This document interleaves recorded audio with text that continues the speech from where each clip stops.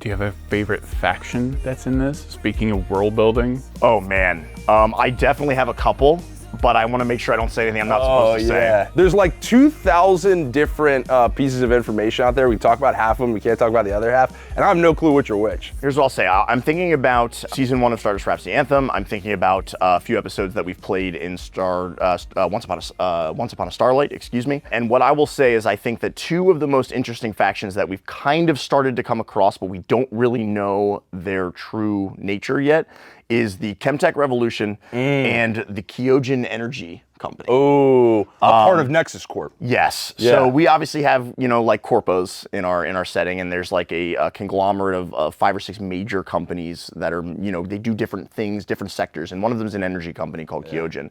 And we've come across them a few times, not directly, just tangentially kind of through the story.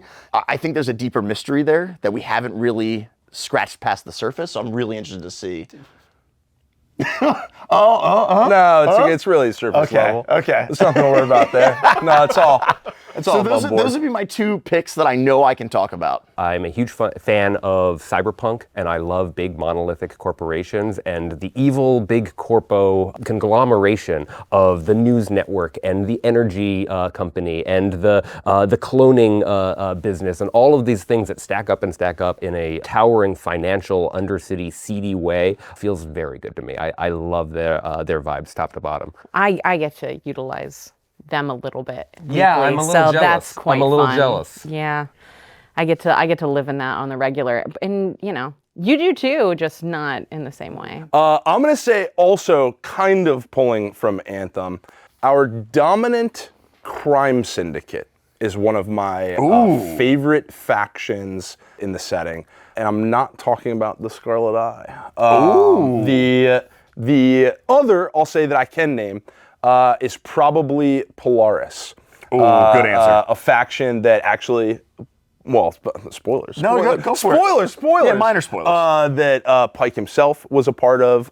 We have another player character, Ophelia, who are both a part of this kind of like almost clandestine organization that puts out agents throughout the galaxy to kind of move things subtly and in kind of like infect their will throughout the galaxy as they believe they're enacting the will of the stars, of the gods. And I think there's definitely something going on there. That was a good answer. Good answer, man. No, especially after Void Bound. I know. I'm going to say Polaris. Oh, man. We have questions about that after last You night, can, Eric. well, yeah, you can lean into perhaps a little bit of SCP Foundation with them. You could lean into a Man in Black style agency, X-Files, investigatory, that sort of thing. All of the above runs the gamut within the Polaris Society. It's filled with mystery. It's filled with clearances and accesses, and that's something that I love very much because I've always been a fan of that sort of genre, and so being able to have it right there on a platter for me feels great. We have 13 factions here in the Stardust Rhapsody. So 2 of the major factions are big players on the galactic stage. We've got the Cavalon Empire. They're this sort of knightly empire that arose in relatively more recent ages of the galaxy, and they are very dialed into the concepts of chivalry and honor, and they take this knightly aesthetic to a little bit of an extreme, but they protect their people with these great suits of mech armor shaped like knights, and their soldiers, some of them ride these robotic horses, and they really lean into that kind of almost round table sort of aesthetic. One of my other favorites is the other sort of big galactic player and kind of the rival of the Cavalon Empire is we have the Sorok Dynasty.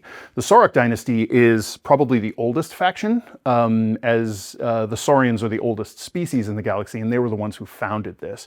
And ages past, it collapsed because of internal strife, and now it's kind of separated into 3 distinct areas of the galaxy, centered around these 3 sort of core throne planets.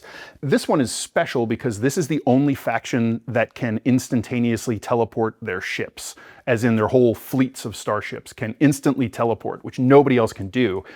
But they can only teleport between these 3 planets because they have these crystal anchors that let them jump between these waypoints. So even though it would seem like their civilization is scattered to these 3 far-flung corners of the galaxy, they're instantaneously linked. So they can move their forces to wherever they need, they have trade flowing between them. It doesn't matter that they're scattered by distance.